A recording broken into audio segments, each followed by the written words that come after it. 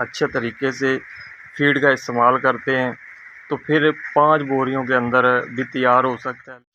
तो मैं आपको गाइड करता चलूँ, बेहतर यही है कि आप जिन लोगों से चूज़ा परचेज़ करें उन्हीं को वापस सेल करें। वो उसी सूरत में वापस परचेज़ करते हैं जब आप 5 से 6 हज़ार चूज़ा परचेज़ करना चाहते हैं, या तैयार बटेर सेल करना परचेज़ भी कर लिया जाएगा, आपको जो चूज़ा है वो भी प्रोवाइड कर दिया जाएगा। दोस्तों, मैं वसीम साजद यूट्यूब चैनल पर एक नई वीडियो के साथ हाज़िर हुआ हूँ। आज मैं आपको 5000 बटेर की जो फिजिबिलिटी रिपोर्ट है वो आपके साथ शेयर करूँगा। इससे पहले भी मैं एक फिजिबिलिटी रिपोर्ट शेयर कर चुका हूँ, लेकिन 1 साल का अरसा हो गया है और जो चीज़ों के रेट हैं वो भी ऊपर नीचे हो गए हैं। और दूसरा, मैं आपको फार्म का जो साइज़ है वो भी बताऊँगा। इस फार्म के अगर हम साइज़ की बात करें तो इसकी जो लेंथ है वो 42 फुट है और इसकी जो चौड़ाई है वो 24 फुट है।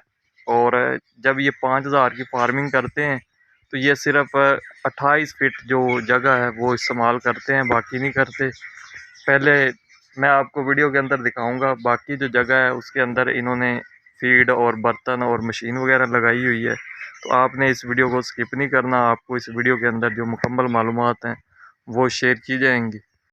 आज मैं आ गया हूँ तो ये चूज़ा आपको चेक करवाता हूँ। सबसे पहले तो टोटल ये 5000 चूज़ा था और 5000 चूज़े के लिए इन्होंने 4 ब्रूडर बनाए हैं, ये आप चेक कर सकते हैं।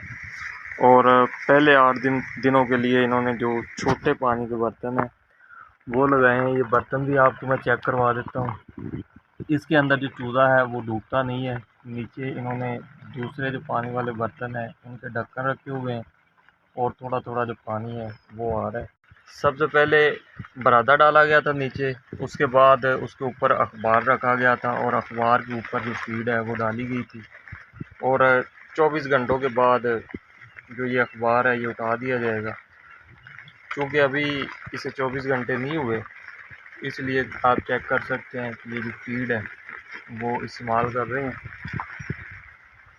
और पहले दिन इन्होंने जो बर्तन है वो थोड़े लगाए हैं, ऐसे ऐसे जो बर्तन है वो बढ़ते जाएंगे। और जैसे बड़े बर्तनों की बात आएगी तो 1000 बटेर के लिए 5 पानी वाले बर्तन और 5 ये जो फीड वाले बर्तन हैं वो इस्तेमाल किए जाते हैं। वैसे हर हफ्ते की जो फिजिबिलिटी रिपोर्ट है वो भी चैनल के ऊपर पड़ी हुई है। जो नए फार्मर हैं वो उन वीडियोस को स्टेप वाइज देखकर जो फ़ायदा है वो हासिल कर सकते हैं। क्योंकि जैसे जैसे बर्तन चेंज किए जाते हैं वैसे वैसे जो वीडियो है वो बनाकर अपलोड की जाती हैं, ताकि दोस्त मौके की मुनासबत से अपडेट रहें और उन्हें किसी किस्म का जो नुकसान है वो ना हो। आपको इधर मैं थर्मामीटर चेक करवाता हूँ, ये आप चेक कर सकते हैं। थर्मामीटर का ख़ास ख्याल रखना होता है। पहले जो 6-7 दिन है वो टेम्परेचर के लिए इंतहाई इम्पोर्टेंट होते हैं। आपने 36-37 से मैक्सिमम टेम्परेचर रखना होता है और 40 से कम हो और 32-33 से जो टेम्परेचर है वो ज़्यादा हो तो इनके लिए वो फ़ायदेमंद होता है। वैसे भी वेंटिलेशन के लिए आप चेक कर सकते हैं, जगह रखी हुई है। भट्टी जलाते हैं, भट्टी भी मैं आपको चेक करवा देता हूँ, ये आप चेक कर सकते हैं, धुआं निकल रहा है। और वैसे धुएं के लिए इन्होंने बाहर को पाइप हैं वो निकाले हुए हैं। तो इन महीनों में तो इतनी भट्टी जलाने की ज़रूरत नहीं होती, लेकिन नवंबर, दिसंबर, जनवरी, फरवरी के अंदर बहुत ज़्यादा भट्टी जलाई जाती है और 8 से 10 हज़ार रुपये जो बालन का ख़र्चा हो जाता है। लेकिन अगर दोस्तों के पास बिजली की फैसिलिटी मौजूद है, इसके अलावा गैस की फैसिलिटी मौजूद है, तो आप वो भी इस्तेमाल कर सकते हैं। लेकिन ज़्यादा जो फ़ायदेमंद है वो लकड़ी की भट्टी होती है, या आप गैस के हीटर वगैरह जलाएं तो उनको भी आपने इस तरह सेफ्टी के साथ इस्तेमाल करना है, ताकि चूज़े को किसी किस्म का जो नुकसान है वो ना हो। इन्होंने इस दफ़ा 5000 चूज़ा डाला है, तो पहले भी मैं 5000 जो चूज़े की फिजिबिलिटी रिपोर्ट है दोस्तों के साथ शेयर कर चुका हूँ, एक दफ़ा फिर कर देता हूँ। अगर आप 5000 चूज़े के लिए टोटल बर्तन ख़रीदते हैं तो उसके लिए आपका तकरीबन 5000 रुपये ख़र्च हो जाएगा। लेकिन अगर आप पहले हफ्ते के लिए छोटे बर्तन परचेज़ करते हैं, पहले से आपके पास बर्तन मौजूद नहीं है, तो फिर जो आपके अखराजात हैं वो थोड़े से बढ़ जाएंगे। वैसे तो बटेर को मेडिसिन की कोई ज़रूरत नहीं होती, लेकिन बाज़-औक़ात नज़ला ज़ुकाम हो जाता है या जब चूज़ा सफ़र करता है तो उसकी वजह से स्ट्रेस में आ जाता है, जिसकी वजह से इसको मेडिसिन देना पड़ती है। मेडिसिन के हवाले से भी मैंने वीडियो पहले से अपलोड की हुई है, ज़्यादा डिटेल में नहीं जाते। तो उसका मैं ख़र्चा आपको बता देता हूँ, तकरीबन 4 से 5,000 रुपये वो आपके ख़र्च हो जाते हैं। ये ख़र्चा बचाया भी जा सकता है अगर आप ज़्यादा से ज़्यादा जो एहतियात है वो करते हैं। इसके अलावा बरादा के हवाले से बात करेंगे, बाहर बरादा पड़ा हुआ है, वो भी मैं आपको चेक करवा दूँगा अभी। तो 6 से 700 रुपये का जो मैक्सिमम इन दिनों बरादा है वो इस्तेमाल होगा। जैसे जैसे इनके लिए जगह बढ़ाई जाएगी, ये जो खाली जगह आपको नज़र आ रही है इसके ऊपर बरादा मज़ीद डाला जाएगा और इसके नीचे वाली जो जगह है वो हमेशा खुशक होनी चाहिए। इसे हमने गीला नहीं होने देना, अगर गीला होने देंगे तो चूज़े के ऊपर जो काकसी की बीमारी है वो हमलावर होगी और सबसे पहले इनकी जो आँखें हैं वो ख़राब हो जाएंगी और चूज़ा बीमार होना शुरू हो जाएगा और इसकी जो मोर्टेलिटी है वो हो सकती है। अक्सर दोस्त पूछते हैं कि 1000 जो चूज़ा है वो कितनी फ़ीड इस्तेमाल करता है, तो मैं आपको बताता चलूँ कि अगर आप पुरानी फ़ीड इस्तेमाल करते हैं, पुरानी फ़ीड वो फ़ीड होती है जो मुख्तलिफ़ लेयर और ब्रॉयलर मुर्गियों के लिए इस्तेमाल की जाती है। लेयर फ़ीड वैसे आपने इनको डालनी नहीं है, आपने ब्रॉयलर वाली फ़ीड इन्हें डालनी है अगर आपने गोश्त पर्पज़ के लिए बटेर रखना है। लेकिन अगर आपने अंडे के लिए रखना है तो फिर जब बटेर अंडे पे आ जाएंगी तो उसके बाद आपने लेयर फ़ीड डालनी है। तो वो पुरानी फ़ीड भी मिल जाती है, वो थोड़ी सी सस्ती होती है। अगर आप नई फ़ीड डालते हैं तो नई फ़ीड थोड़ी सी महंगी होती है, जिसकी वजह से जो फार्मर का प्रॉफिट मार्जिन है वो कम हो जाता है।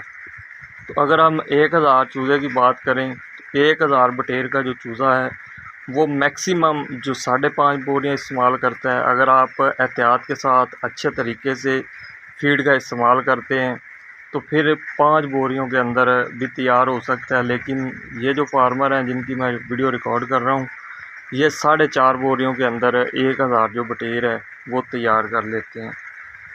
तो वैसे जो नई फ़ीड है बहुत ज़्यादा महंगी हो चुकी है। अगर हम बहावलपुर की बात करें, इसके अलावा मानसहरा की बात करें, बन्नू की बात करें तो उधर जो फ़ीड के रेट हैं वो बहुत ज़्यादा हाई हैं। लेकिन अगर हम लाहौर और इसके गिरदोनवा की बात करें तो इन दिनों 38 से 3900 रुपये के अंदर जो नई फ़ीड की बोरी है वो मिल जाती है। तो बेहतर यही है कि आप नई फ़ीड का इस्तेमाल करें, क्योंकि चूज़े का जो रेट है वो भी ठीक है इन दिनों और जो तैयार माल है उसका रेट भी फार्मर को अच्छा मिल रहा है और मार्केट के अंदर बड़ी तेज़ी से जो बटेर है वो सेल हो रहा है। तो फार्मर के पास माल रुकता भी नहीं है, जिसकी वजह से जो फ़ीड के एक्सपेंस हैं वो भी कम है। तो बेहतर यही है, मैं फिर से कह रहा हूँ कि आप नई फ़ीड का इस्तेमाल करें। नई फ़ीड का जब आप इस्तेमाल करते हैं तो जहाँ पे बटेर आपका 28 दिन में या 27 दिन में तैयार होना होता है, वहाँ पे 22 दिन में तैयार हो जाता है। यानी कि एक तो आपकी टाइम की बचत हो जाती है, दूसरा फ़ीड की भी ज़ाहिर बात है बचत होगी और आपका जो बटेर है वो जल्दी मार्केट के अंदर चला जाएगा और आपको जो प्रॉफिट है वो बेहतर मिल जाएगा। तो इसी तरह ही साइडों पे आपने कागज़ लगाना है, थोड़ी बहुत ही वेंटिलेशन के लिए जगह रख लेनी है और ये रात को जो पलड़े हैं ये ऊपर कर देने हैं या ठंडी हवा जब चले उस वक्त भी आपने इन पलड़ों को ऊपर कर देना है ताकि अंदर ठंडी हवा ना आए और बटेर जो आपका बीमार ना हो। सबसे जो मुश्किल काम है बटेर फार्मिंग के अंदर, जब आप बटेर तैयार कर लेते हैं तो इसको सेल करने वाला जो काम है वो इंतहाई मुश्किल होता है। तो मैं आपको गाइड करता चलूँ, बेहतर यही है कि आप जिन लोगों से चूज़ा परचेज़ करें उन्हीं को वापस सेल करें। वो उसी सूरत में वापस परचेज़ करते हैं जब आप 5 से 6,000 की फार्मिंग करते हैं, तो फिर वो लोग वापस परचेज़ करने के लिए रज़ामंद होते हैं। लेकिन अगर आपने 1000, 1500, 2000 की फार्मिंग करनी है तो फिर जो लोग चूज़ा देते हैं वो वापस परचेज़ नहीं करते, क्योंकि आपका जो डिस्टेंस है वो ज़्यादा होता है, जिसकी वजह से 2000, 2500 जो बटेर है वो नहीं ख़रीदते, क्योंकि उन्हें अच्छा खासा उसमें मार्जिन नहीं मिलता। तो बेहतर यही है कि आप 5 से 6000 बटेर की फार्मिंग करें, फिर वो लोग आपसे वापस परचेज़ कर लेंगे। इसके अलावा अगर आप 1000, 1500, 2000, 2500 की फार्मिंग करते हैं तो फिर आप अपनी जो नज़दीकी मार्केट मुख्तलिफ़ शॉप्स होती हैं परिंदों की, वो विज़िट करें, वहाँ पे आपको जो अच्छा रेट है वो मिल जाता है। इसके अलावा घरों में पालने के लिए लोग ये बटेर परचेज़ कर लेते हैं, तो वहाँ पे आपको नुकसान नहीं होता, आपको अच्छा खासा जो प्रॉफिट है वो हो जाता है। बाकी अगर आप बटेर तैयार करने के बाद स्टोर कर सकते हैं तो आप इसे स्टोर करें और इसका जो गोश्त है वो मार्केट के अंदर सेल करें और 1200-1300-1400 रुपये फ़ी किलो के हिसाब से इसका जो मीट है वो मार्केट के अंदर सेल हो जाता है। तो इस तरह भी आप जो अपना प्रॉफिट मार्जिन है वो बढ़ा सकते हैं। इसके अलावा आखिर में मैं आपको बताता चलूँ, अगर आप चूज़ा परचेज़ करना चाहते हैं या तैयार बटेर सेल करना चाहते हैं, अगर आप लाहौर और उसके गिरदोनवां से हैं तो आपका बटेर परचेज़ भी कर लिया जाएगा, आपको जो चूज़ा है वो भी प्रोवाइड कर दिया जाएगा। इसके अलावा दूर दराज इलाकों से जो दोस्त 1000, 1500, 2000 चूज़ा परचेज़ करना चाहते हैं और अपना शौक़ पूरा करना चाहते हैं, उनको भी चूज़ा जो प्रोवाइड किया जाएगा और मुख्तलिफ़ शहरों के अंदर जो कार्गो है वो भी करवाया जाता है। 1000 के बदले 10% एक्स्ट्रा प्रोवाइड किया जाता है ताकि नए जो लोग होते हैं उनके चूज़े की मोर्टेलिटी होती है, उन्हें किसी किस्म का जो नुकसान है वो महसूस ना हो। बाकी जो बिजली का सिस्टम है वो भी आपने अंदर लगाना है, रोशनी का अच्छा निज़ाम हो ताकि रात को कोई चीज़ इसके अंदर एंटर ना हो और हमलावर ना हो जिसकी वजह से चूज़े को किसी किस्म का नुकसान हो। बाकी मैं बाहर चलता हूँ और आपको बाकी जो सेटअप है वो दिखाता हूँ।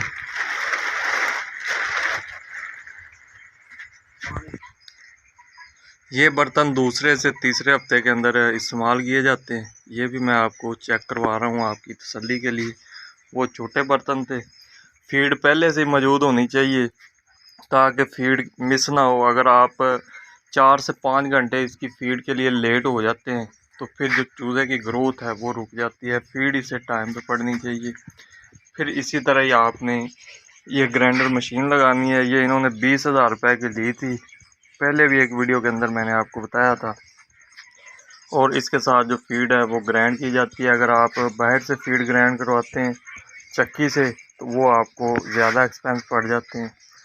ये आप चेक कर सकते हैं, ये फीड ग्राइंड हुई हुई है। उसके बाद ये जो बरादा है ये नीचे डाला जाता है, ये भी इन्होंने परचेज करके रखा हुआ है। इसके बाद ये जो लकड़ी है भट्टी के अंदर जलाई जाती है ये भी मौजूद है। 24 घंटों के बाद इन प्लेटों के अंदर रख के इन्हें फीड दी जाएगी और ये जो बर्तन है ये बढ़ा दिए जाएंगे। और फार्म की अगर मैं आपको हाइट की बात करूं तो आपने 7 फुट इसकी हाइट रखनी है और ऊपर इन्होंने पत्तल और बांस वगैरह डाले हुए हैं। ये भी मैं आपको सेटअप दिखा देता हूँ क्योंकि नए लोग होते हैं उन्हें पता नहीं होता, तो हमारा मकसद दोस्तों को गाइड करना होता है ताकि वो ज़्यादा से ज़्यादा जो फ़ायदा है वो हासिल कर सकें।